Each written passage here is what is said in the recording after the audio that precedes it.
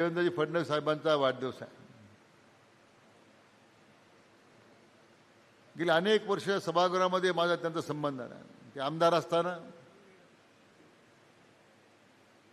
मंत्री म्हणून मी काम करताना त्यांचा माझा आलेला संबंध, ते राज्याचे मुख्यमंत्री झाले त्यावेळी मी विरोधी पक्ष नेता होतो म्हणून आले त्यानिमित्त आलेले संबंध आहे. आणि आज राज्याचे मुख्यमंत्री म्हणून काम करताना त्यांच्या मंत्रिमंडळातला एक सहकारी म्हणून माझा त्यांचा असलेला संबंध हे सांगण्याचं तात्पर्य एवढंच आहे की महाराष्ट्राच्या उज्ज्वल भविष्याकरता एक दूरदृष्टी असणारा जे नेतृत्व आहे आज देवेंद्रच्या रूपाने आपल्याला पाहायला मिळतं. ते केवळ राज्याचे मुख्यमंत्री आहे, मी त्यांच्या खात्यांच्या मंत्रिमंडळात मंत्री म्हणून बोलत नाही, पण ही माझी पहिल्यापासून धारणा आहे की महाराष्ट्राला फक्त विकासाच्या नावावर झुलवण्याचा प्रयत्न झाला. अनेक वर्ष महाराष्ट्राला फक्त जनतेला मृगजळ दाखवण्यात आली, जनतेच्या पदरी काय पडलं नाही. पायाभूत सुविधामध्ये राज्य फार पिछाडीवर गेलं. आणि अशा सर्व पार्श्वभूमीतून देवेंद्रच्या रूपानं महाराष्ट्राला खऱ्या अर्थाने एक चांगलं उद्बोधक असं नेतृत्व मिळालं. आणि म्हणून त्यांचं व्यक्तिमत्व त्यामधून एक वेगळं पण आपल्याला पाहायला मिळतं. निळवंडे धरणाच्या बाबतीमध्ये सुद्धा माझ्यासमोरच उदाहरण आहे. मी विरोधी पक्ष नेता असताना धरणाचे कालव्याचे काम होत नव्हते. जोपर्यंत अकोला तालुक्यातील 21 किलोमीटरचे कालवे होत नाही तोपर्यंत धरणाचा उपयोग होत नव्हता. त्यांनी स्वतः पुढाकार घेतला. स्वर्गीय मधुकर पिचड साहेबांना बोलावलं, माझ्यावर जबाबदारी दिली, आम्ही चर्चा केली सविस्तर आणि निर्णय झाला. पिचड साहेबांनी संमती दिली म्हणून हे 22 किलोमीटरचं काम करता आलं, म्हणून आपल्याला यावर्षी पाणी देता आलं. हे मला मुद्दाम सांगितलं पाहिजे. आणि सगळं श्रेय देवेंद्रचं आहे. फडणवीस साहेबांनी घेतलेला पुढाकार, नंतर या सगळ्या कालव्याला दिलेले निधी, आज उर्वरित कालव्याच्या कामासाठी त्यांनी जो निधी उपलब्ध करून दिला म्हणून आज आपल्या दुष्काळी भागाला पाणी मिळतं.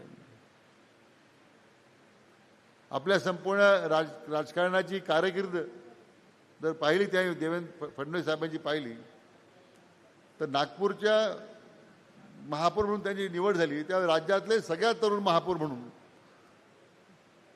त्यांच्याकडे पाहायला जायचं. त्यांचे वडील स्वर्गीय गंगाधरजी फडणवीस हे संघ परिवाराशी अतिशय समर्पित झालेले होते. आणि ते संघ परिवाराचा, संघाच्या विचारधारेशी त्यांची जी काही त्यातून जी जडणघडण झाली, मला वाटतं फडणवीस साहेबांच्या ह्या आजच्या कारकिर्दी, आजच्या काळामध्ये त्यांना आपल्या वडिलांपासून मिळालेलं जे मार्गदर्शन आहे, संघ परिवाराकडून मिळालेलं जे मार्गदर्शन आहे, आज त्यांच्या या वाटचालीमध्ये पदोपदी ते आपल्याला दिसत आहे.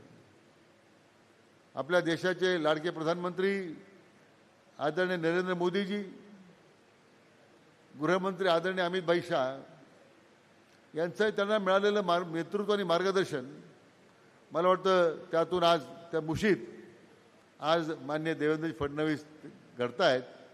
आणि त्याचं प्रचिती आज आपल्याला रोज येते. आज प्रत्येक क्षेत्रामध्ये राज्यांनी केलेली जी प्रगती आहे, मग प्रलंबित सिंचन प्रकल्प मार्गी लावण्याचा मुद्दा असेल, रस्ते विकास असेल, पायाभूत सुविधांकडे लक्ष देण्याचा मुद्दा असेल, जी राज्याच्या औद्योगिक प्रगतीमध्ये जी उभारी मिळालेली आहे त्याचं उत्तम उदाहरण शिर्डीचं आहे. हरेगावला आता MIDC होते, बेलवंडी श्रीगोंदा तालुक्यामध्ये नवीन MIDC होते, राहुरी तालुक्यामध्ये आता नवीन MIDC आपण घातलेली आहे. राज्यातल्या सर्व विभागामध्ये, विदर्भ असेल, मराठवाडा असेल, कोकण असेल, उत्तर महाराष्ट्र असेल, सगळ्या क्षेत्रांचा समतोल विकास झाला पाहिजे. या दृष्टीने त्यांनी उचललेली जी पावलं आहेत आणि त्यातून मिळणारा राज्यामध्ये निर्माण होणारा रोजगार, राज्यामध्ये निर्माण होणारी संपत्ती, त्यातून $1 ट्रिलियन इकॉनॉमी हे राज्याचं उद्दिष्ट त्यांनी जे डोळ्यासमोर ठेवलेलं आहे.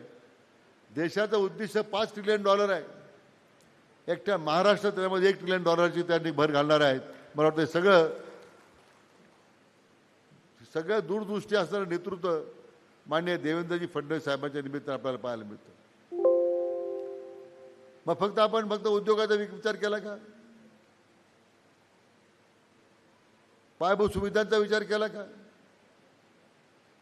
त्यामध्ये मला वाटतं की आज आपला जो कार्यक्रम होतोय त्या समाजाच्या प्रत्येक शेवटच्या घटकापर्यंत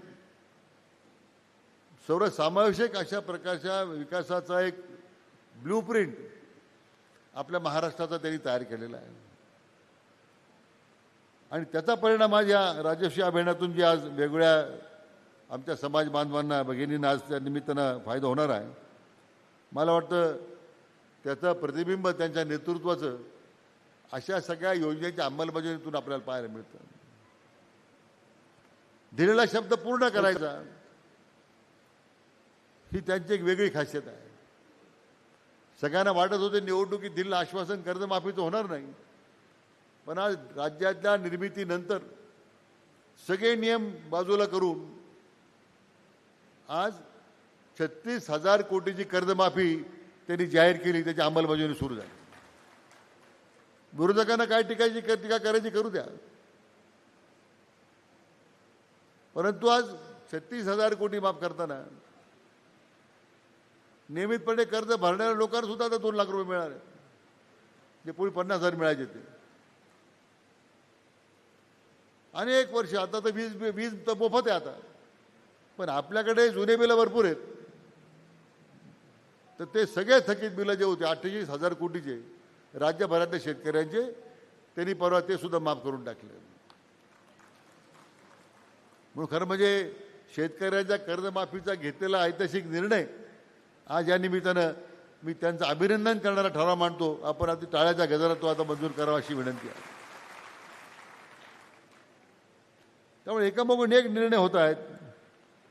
जे जे जाहीरनाम्यात सांगितलं ते करण्याचे काम त्या ठिकाणी त्याची पूर्तता होते.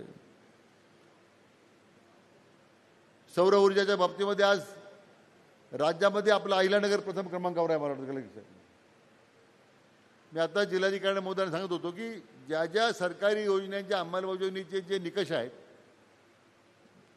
त्याचा जर विचार केला मित्रहो, तर मला सांगायला अभिमान वाटतो की आपला जिल्हा हा राज्यामध्ये साधारण पहिल्या दुसऱ्या क्रमांकावर असणार आहे.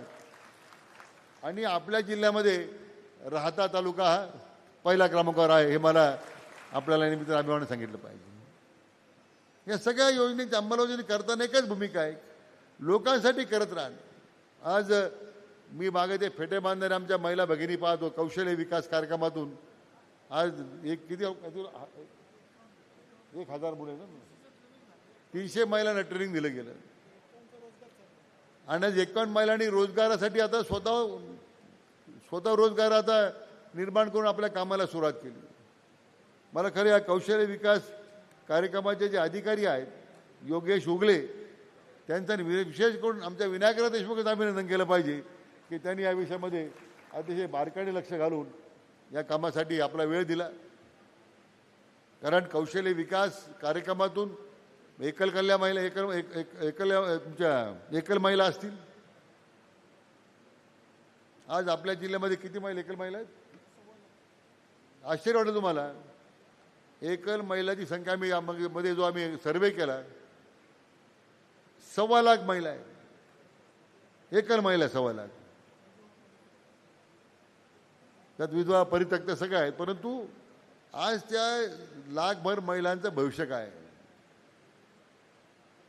म्हणून त्यांना कसा रोजगार निर्माण करता येईल, त्यांना स्वतः पायावर कसं उभं करता येईल, त्यांना स्वावलंबी कसं करता येईल, या दृष्टीने मान्य जिल्हाधिकारी महोदय त्यांच्या नेतृत्वाखाली विनायकराव आणि सगळे मंडळी प्रयत्न करत आहेत. मला वाटतं कौशल्य विकास योजनेतून सुद्धा त्यांना लाभ मिळेल, परंतु एकल महिलांना सुद्धा स्वतःच्या पायावर उभं करण्याची क्षमता आपण निर्माण करतोय हे मला आपल्याला मुद्दाम सांगितलं पाहिजे. कारण बऱ्याच वेळा या गोष्टी आपल्याबरोबर चर्चा होत नाही.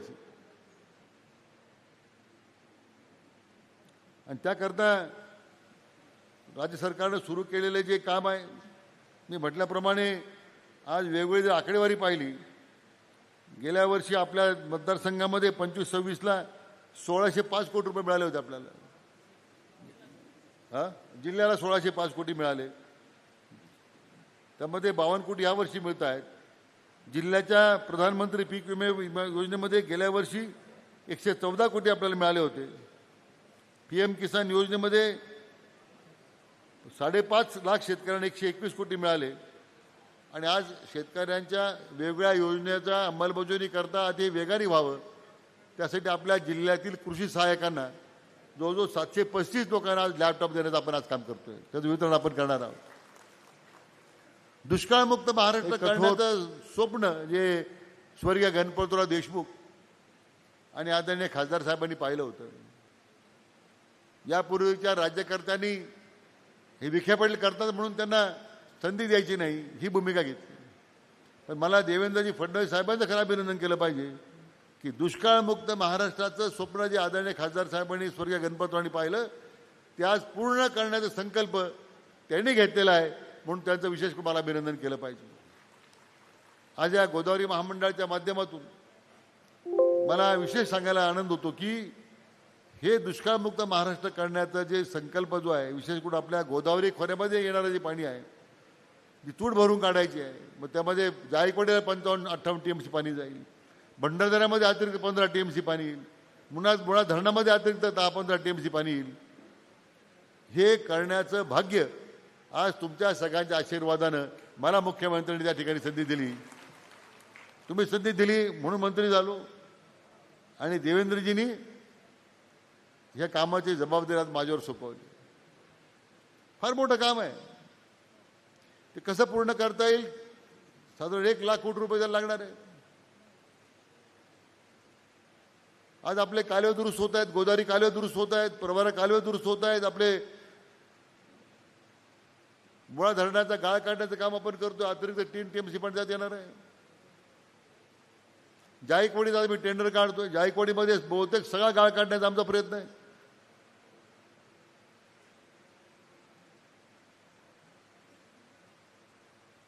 पण हे सगळं करताना शेतकरी डोळ्यासमोर ठेवून आपण करण्यासंदर्भामध्ये आपण विचार केलेला आहे. मला वाटतं निश्चितपणे मग आपल्या जिल्ह्यातल्या बऱ्याच योजना आहेत. निळवंडे आता काम पूर्ण होत आहे. साखळ्याची योजना आपण मंजूर केली. कुकडीची आता नवीन प्रमा दिली. ज्या ज्या भागांमध्ये आपल्याला पाणीच्या संदर्भामध्ये काम करता येईल ते करण्याचा आपला प्रयत्न करतोय. तर आज आमच्या बऱ्याच लाडक्या बहिणी बसलेल्या समोर. लाडक्या बहिणीची योजना सुरू आहे. अगोदर लोकांना वाटलं की लाडकी बहीण योजना निवडणुकीपुरतीच आहे, पण आता निवडणूक संपल्या तरी आमच्या लाडक्या बहिणीचे हप्ते चालू आहेत. बरोबर आहे का? लाडक्या बहिणीचे हप्ते चालू आहे का रे तुझे? हातवर करा चालू असेल तर. ज्यांना मिळत नाही त्यांना हातवर करू.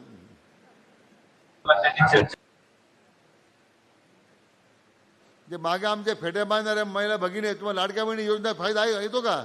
हातवर करा ना. फेटे बांधण्यामुळे ते आता हातवर केले त्यांनी.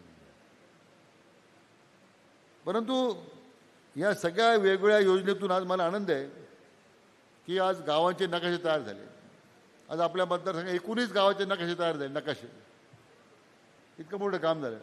पांधन रस्ते सुरू आहे.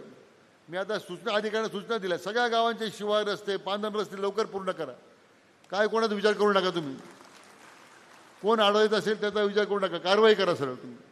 एका माणसामुळे 100 लोकांची अडवणूक होते, 50 लोकांची अडवणूक होते. जे नकाशात आहे कलेक्टर साहेब तुम्ही त्याची युद्ध पातळीवर कारवाई करा. काय नकाशे रस्ते झाल्यानंतर ते मुर्मीकरण करावं लागेल, तर ते कसं करता येईल वेगळं आपल्याला ते पाहावं लागेल.